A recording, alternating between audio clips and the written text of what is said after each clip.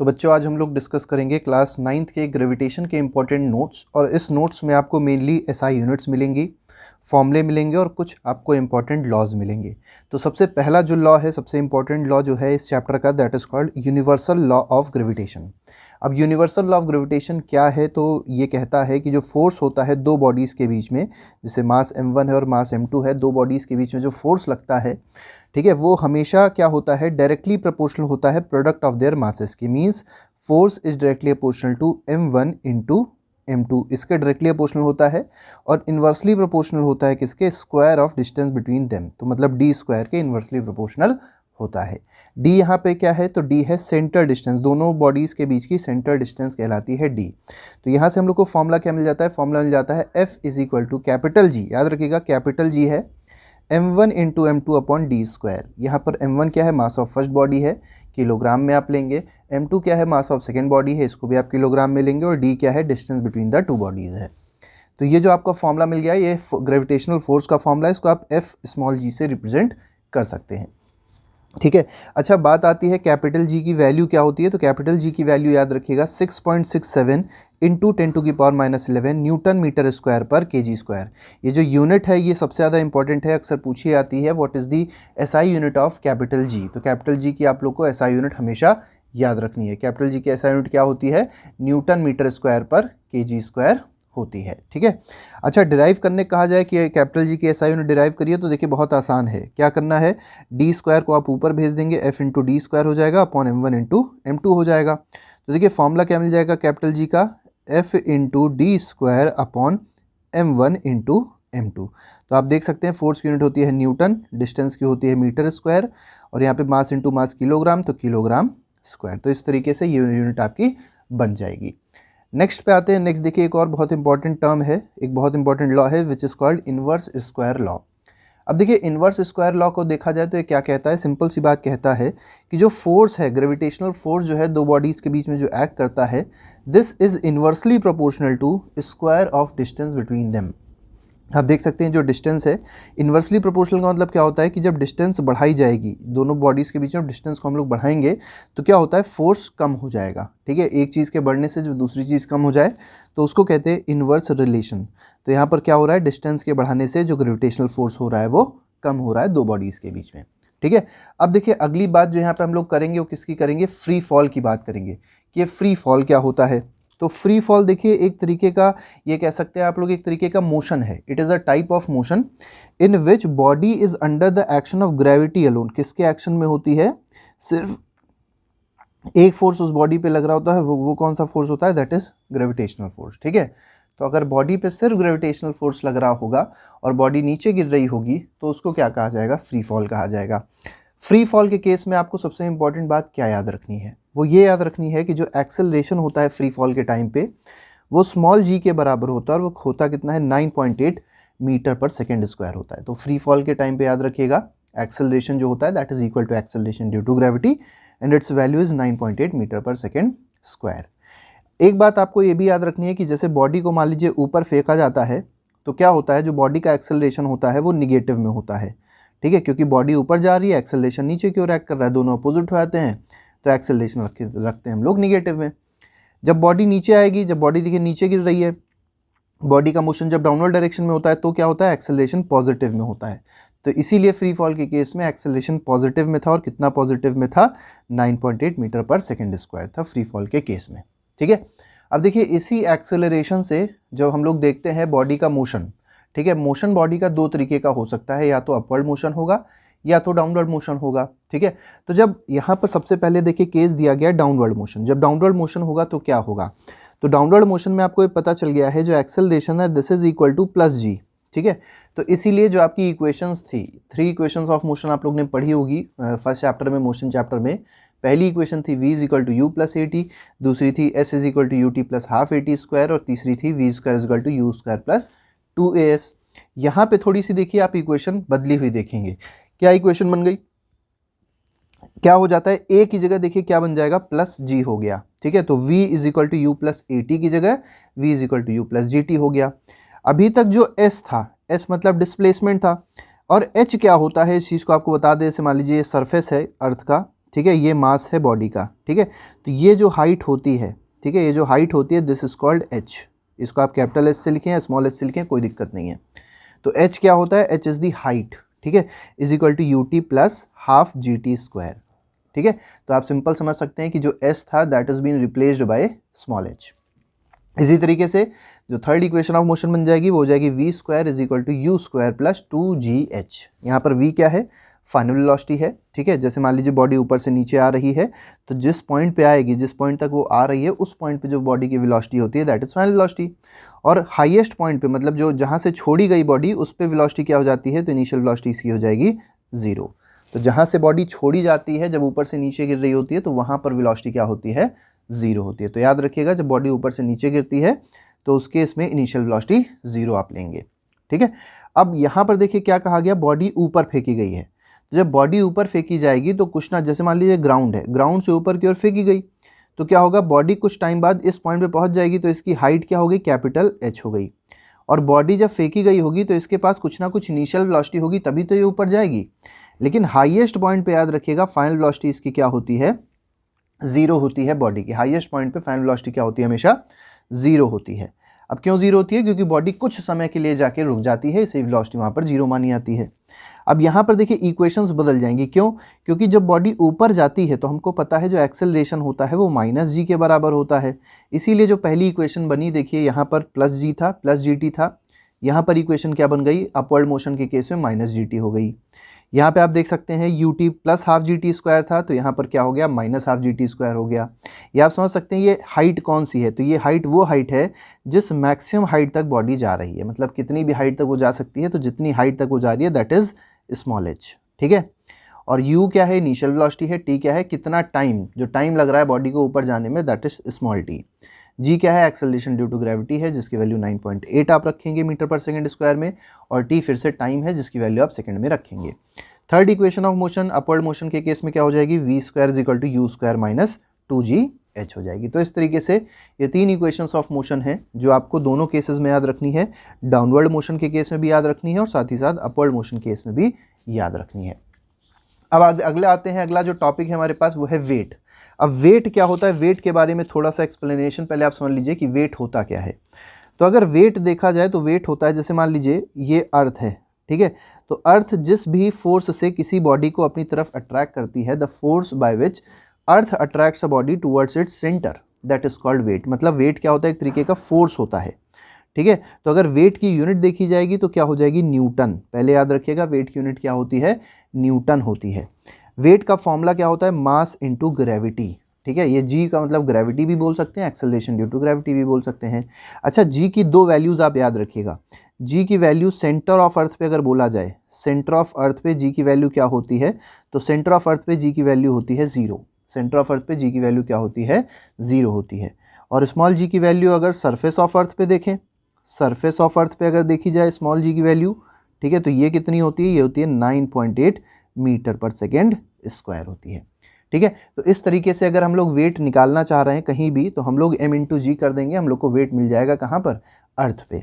g की value आप put कर देंगे। अगर मान लीजिए आपसे सेंटर पे कहा गया, बताओ सेंटर पे वेट क्या होता है, तो आप m इंटू 0 करेंगे तो सेंटर पे वेट आ जाएगा 0। तो इसका मतलब हर बॉडी का वेट सेंटर पे क्या होता है, 0 होता है। सरफेस ऑफ अर्थ पे अगर वेट कहा गया तो m इंटू जी करेंगे, जहाँ पर g की वैल्यू आप 9.8 रखेंगे, आपको तुरंत 2 मिनट में आंसर मिल जाएगा। इसी तरीके से देखिए बात करते हैं कि जो वेट होता है मून पे, ठीक है, आपसे ये भी क्वेश्चन कहा जाएगा कि अच्छा ये मास जो है, ये बहुत इंपॉर्टेंट टर्म है, मास की यूनिट किलोग्राम होती है, याद रखिएगा। मास जो है एक ऐसी क्वांटिटी है, तो ये स्केलर क्वांटिटी है, ठीक है। इसके पास फिक्स्ड मैग्नीट्यूड तो होता है लेकिन फिक्स्ड डायरेक्शन नहीं होती है। वेट कैसी क्वांटिटी है, यूनिट न्यूटन है, ये एक वेक्टर क्वांटिटी है, ये भी आप याद रखिए, this is a vector quantity. Weight 0 हो सकता है, जैसे हमने देखा सेंटर ऑफ अर्थ पे वेट 0 हो सकता है, लेकिन मास कभी भी 0 नहीं हो सकता, ये सबसे इंपॉर्टेंट है। वेट जो है वो किसी भी ऑब्जेक्ट का प्लेस टू प्लेस वेरी कर सकता है, लेकिन मास किसी भी ऑब्जेक्ट का प्लेस टू प्लेस वेरी नहीं करेगा। मतलब अगर वेट आपने किसी का मेजर किया अर्थ पे, तो हो सकता है उसका वेट कुछ और आया हो, और अगर आप उसी को जाके मून पे मेजर करेंगे तो वेट कुछ और आएगा। लेकिन मास जो है, मास आप कहीं भी मेजर कर लें, चाहे अर्थ में मेजर करें, चाहे मून पे मेजर करें, चाहे कहीं भी मेजर करेंगे, मास हमेशा क्या रहता है, फिक्स रहता है। तो ये कुछ डिफरेंसेस हैं जो आपसे अक्सर पूछे जाते हैं एग्जाम्स में, तो इसको आप लोग ठीक से समझ लीजिए। बात करते हैं मून पे वेट की। तो मून पे वेट क्या होता है, तो अर्थ का 1/6 होता है। जैसे मान लीजिए वेट अर्थ पे आपको दिया किसी बॉडी का कि 60 न्यूटन है, आपसे पूछा बताइए कि वेट मून पे क्या होगा, तो आप कहेंगे 60/6 हो जाएगा, मतलब 10 न्यूटन हो जाएगा। तो इस तरीके से आप लोग आसानी से इस क्वेश्चन को कर सकते हैं। इसके बाद आते हैं एक्सेलरेशन ड्यू टू ग्रेविटी पे, जो भी हम लोग ने डिस्कस किया था। एक्सेलरेशन ड्यू टू ग्रेविटी का मेनली यहाँ पर हम लोग डेरिवेशन डिस्कस करेंगे। देखिए इसको रिप्रेजेंट किससे करते हैं, इसको रिप्रेजेंट करते हैं स्मॉल जी से। होता क्या है, जो एम जी है, आपको सिंपल सा डायग्राम एक बनाना है। ये आपका अर्थ है, ठीक है, और ये ऊपर एक बॉडी रखी गई, बॉडी का जो मास है वो स्मॉल एम है और अर्थ का जो मास है वो एम ई है, ठीक है। अब होगा क्या कि यहाँ पे एम का एक फोर्स लग रहा होगा, मतलब नीचे की ओर वेट लग रहा होगा, जो कि किसके बराबर होगा, एम जी के। और उसको बैलेंस करने के लिए क्या है, ग्रेविटेशनल फोर्स है। तो ग्रेविटेशनल फोर्स का फॉर्मूला हमने क्या रखा, G into M E upon R E square. अब देखिए यहाँ पर आर ई क्या है, R E is the distance between the centre of the two bodies, मतलब अर्थ और इस बॉडी, ये जो स्मॉल बॉडी आपको दिखाई पड़ रही है, दोनों के बीच की डिस्टेंस क्या है, रेडियस ऑफ अर्थ के बराबर है अप्रॉक्सीमेटली। तो इसीलिए हम लोग ने आर ई का स्क्वायर लिखा है। यहाँ पे आप देखेंगे ये वाला एम कट जाएगा, तो फॉर्मूला क्या मिल गया, स्मॉल जी का फॉर्मूला मिल गया capital G into mass of the earth upon radius of the earth का स्क्वायर। अच्छा, यहाँ पे आपको एक बात ये भी समझनी है, अगर मान लीजिए आपसे कहा जाए कि जो स्मॉल जी है ये किस पे डिपेंड करता है, ठीक है, तो ये किस पे डिपेंड कर रहा है, तो आप देख सकते हैं पहला डिपेंडेंस है इसका मास ऑफ अर्थ पे, ठीक है, मास ऑफ अर्थ पे डिपेंड कर रहा है। इसका मतलब मास ऑफ द प्लैनेट या मास ऑफ द अर्थ जितना ज़्यादा होगा, एक्सेलरेशन ड्यू टू ग्रेविटी भी उतनी ज़्यादा होगी। और दूसरा किस पे डिपेंड कर रहा है, रेडियस ऑफ अर्थ पे डिपेंड कर रहा है, ठीक है। तो ये दो चीज़ें हैं जिस पे क्या होता है, acceleration due to gravity depend करती है, बाकी किसी भी फैक्टर पे acceleration due to gravity depend नहीं करेगी। अब यहाँ पे वेरिएशन के बारे में बात करी गई कि हाइट के साथ वेरिएशन कैसे होता है, मतलब जैसे जैसे आप ऊपर जाएंगे, ठीक है, जैसे जैसे आप ऊपर जाएंगे, जैसे मान लीजिए ये अर्थ है, ठीक है, अभी तक तो बॉडी सरफेस पे रखी थी, बॉडी को हम लोग क्या किए, ऊपर लेके चले गए, बहुत ऊपर हाइट तक, ठीक है। थोड़ी बहुत हाइट तो चलती है, कोई दिक्कत नहीं होगी, 9.8 का 9.8 ही रहेगा। लेकिन अगर बहुत ज़्यादा हाइट हम लोग ने बढ़ा दी तो क्या होता है कि हाइट बढ़ने से एक्सेलरेशन ड्यू टू ग्रेविटी क्या हो जाता है, कम हो जाता है। दूसरा, और फॉर्मूला आप सिंपल वाला यूज़ कर सकते हैं, तो हाइट का जो फॉर्मूला हो जाएगा आपको बता देते हैं, वो हो जाएगा G at height H is equal to G M E upon R E plus H का होल स्क्वायर, ठीक है। क्योंकि आर ई तो यहाँ से यहाँ तक की डिस्टेंस थी, यहाँ से यहाँ तक की डिस्टेंस आर ई थी, और बॉडी यहाँ तक पहुँच गई, तो ये हाइट अगर एच है तो टोटल डिस्टेंस दोनों बॉडीज़ के बीच में क्या हो गई, तो अर्थ का सेंटर ये है जिसको हम लोग ने सी पॉइंट से रिप्रेजेंट किया, और बॉडी का सेंटर ओ पॉइंट से रिप्रेजेंट किया, दोनों बीच की डिस्टेंस क्या हो गई, आर ई प्लस एच तो हो गई ना। तो हम लोग ने आर ई की क्या लिख दिया, आर ई प्लस एच का होल स्क्वायर लिख दिया, तो ये फॉर्मूला आपका बन जाएगा। डेप्थ की अगर तरफ से देखा जाए तो डेप्थ का मतलब क्या है, जैसे मान लीजिए बॉडी पहले यहाँ सेंटर पे थी, मतलब सरफेस पे थी, अब बॉडी किधर आ रही है, अंदर आ रही है, मतलब बॉडी यहाँ पहुँच गई, ठीक है, बी पॉइंट पे मान लीजिए पहुँच गई, ए पॉइंट से कहाँ पहुँच गई, बी पॉइंट पे। तो क्या होता है, इफेक्टिव मास कम हो जाता है। इफेक्टिव मास के कम होने से क्या होता है, जो डेप्थ जैसे जैसे हम बढ़ते जाएंगे, मतलब जैसे जैसे अंदर जाते जाएंगे इस अर्थ के, ग्रेविटी कम होती जाती है, और इसी वजह से क्या होता है, सेंटर पे जो ग्रेविटी होती है वो ज़ीरो होती है, ठीक है। सेंटर पे याद रखिएगा जो ग्रेविटी होती है वो ज़ीरो होती है। अच्छा, इसका भी आपको फॉर्मूला बता दें, जो बहुत ही इंपॉर्टेंट फॉर्मूला है। ग्रेविटी जो डेप्थ डी पे होती है वो फॉर्मूला होता है 1 minus D upon R E into G, ठीक है, G 1 minus D upon R E, जहाँ पर डी क्या है, डेप्थ है, ठीक है, डेप्थ है कहाँ से, सरफेस ऑफ अर्थ से। अब जब आप सेंटर पे पहुँचे, जब आप यहाँ सेंटर पे पहुँचे तो डेप्थ क्या हो गई, आर ई के बराबर हो गई ना, तो ये क्या हो जाएगा, 1 minus R E upon R E into G. ये आर ई कट के 1 हो जाएगा, तो 1 माइनस 1 0, तो आंसर क्या आ जाएगा, 0। मतलब जी एट सेंटर ऑफ अर्थ पे एक्सेलरेशन ड्यू टू ग्रेविटी क्या हो जाएगी, 0 हो जाएगी, ठीक है। ये भी आप लोग को पता होना चाहिए। शेप की वजह से अगर देखें तो शेप की वजह से पोल पे अगर आप देखेंगे तो पोल पे ग्रेविटी ज़्यादा होती है, और इक्वेटर पे देखेंगे तो इक्वेटर पे ग्रेविटी कम होती है, क्योंकि आप लोग को पता होना चाहिए जो अर्थ का शेप होता है वो थोड़ा सा जियोइड शेप का होता है। जियोइड मतलब अगर आप ध्यान से देखें तो अर्थ का शेप जियोइड है। जियोइड का मतलब क्या होता है कि अगर रेडियस पोल पे देखा जाए, पोल पे रेडियस कम है, और इक्वेटर पे देखेंगे तो रेडियस ज़्यादा होता है, और क्योंकि पोल पे रेडियस कम है तो हमको पता है कि जो जी है वो इन्वर्सली प्रोपोर्शनल होती है रेडियस के, तो रेडियस कम होगा तो जी क्या हो जाएगा, ज़्यादा होगा। इसी वजह से पोल पे ग्रेविटी ज़्यादा है और इक्वेटर पे ग्रेविटी कम है, ठीक है। इसके बाद देखिए एक छोटा सा टॉपिक बचा, Kepler's law of planetary motion. तो केपलर का लॉ क्या कहता है? तो देखिए फर्स्ट लॉ कहता है कि जो जैसे मान लीजिए सन है, ठीक है, और ये आपके प्लैनेट्स हैं जो इलिप्टिकल पाथ है, जो आपको शेप दिखाई पड़ रहा है, ठीक है, this shape is called elliptical path, ठीक है। तो इलिप्टिकल पाथ है ये। इसका मतलब क्या हुआ कि जो प्लैनेट हैं, प्लैनेट क्या करते हैं? सन के अराउंड रिवॉल्व करते हैं, लेकिन कैसे पाथ में? इलिप्टिकल पाथ में। ये पहला पॉइंट है, ठीक है, फर्स्ट लॉ है केपलर का। दूसरा लॉ क्या कहता है? प्लैनेट स्वीप्स और कवर्स, मतलब जो प्लैनेट्स हैं ये कवर करते हैं इक्वल एरिया कवर करते हैं सन के साथ in equal interval of time. जैसे मान लीजिए यहाँ से यहाँ तक आने में टाइम t लगा, सिमिलरली जैसे ये पॉइंट है 3, ये पॉइंट है 4, तो 3 से 4 तक जाने में भी मान लीजिए टाइम t ही लग रहा है, तो क्या होगा? ये जो एरिया आपको दिखाई पड़ रहा है, ये जो A1 वाला मान लीजिए एरिया है A1, और ये जो एरिया दिख रहा है दिस इज A2, तो ये दोनों एरिया क्या हो जाएंगे? इक्वल हो जाएंगे। तो यही कहा गया है planet sweeps equal area in equal interval of time. तो अगर इक्वल इंटरवल ऑफ टाइम है तो जो एरिया कवर करते हैं प्लैनेट्स वो भी क्या होते हैं? इक्वल होते हैं। ये आपका सेकेंड लॉ है प्लैनेटरी मोशन का, जो कि किसने दिया है? केपलर ने दिया है। थर्ड लॉ क्या कहता है? थर्ड लॉ कहता है t square directly proportional to r cube.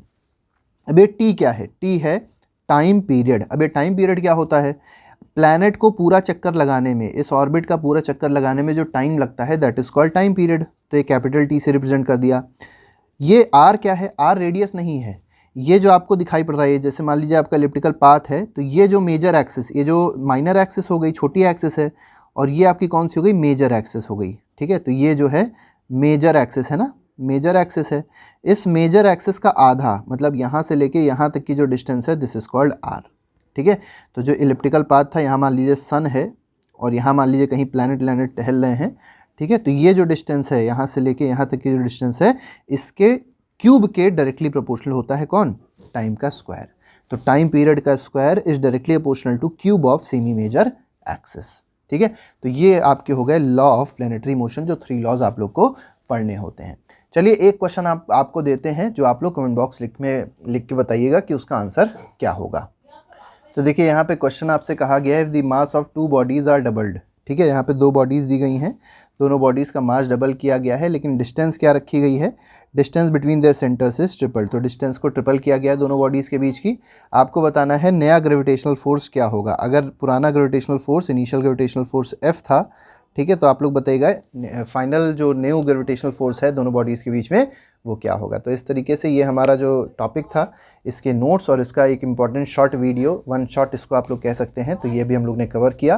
कहीं ना कहीं ये आपके फाइनल रिवीजन के केस में बहुत ज़्यादा मदद करने वाला है। तो आज के लिए फ़िलहाल इतना ही रखते हैं, और बाकी के जो वीडियोज़ हैं वो आप लोग प्लेलिस्ट में जाके आसानी से देख सकते हैं, ठीक है। Thank you.